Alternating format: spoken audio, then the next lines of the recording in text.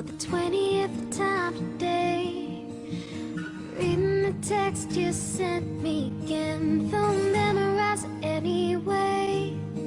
Was an afternoon in December when it reminded you of the day when we bumped into each other, but you didn't say hi 'cause I looked away.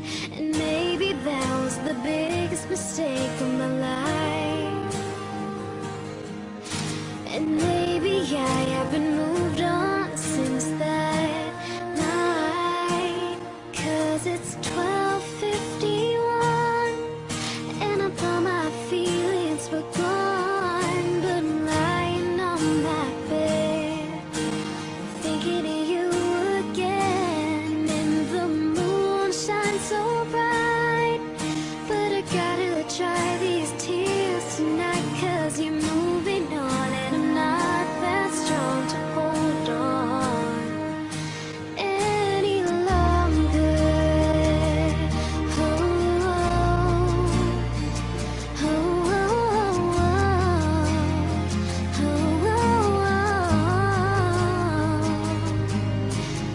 And I saw you with her, didn't think you'd find another, and my world just seemed to crash.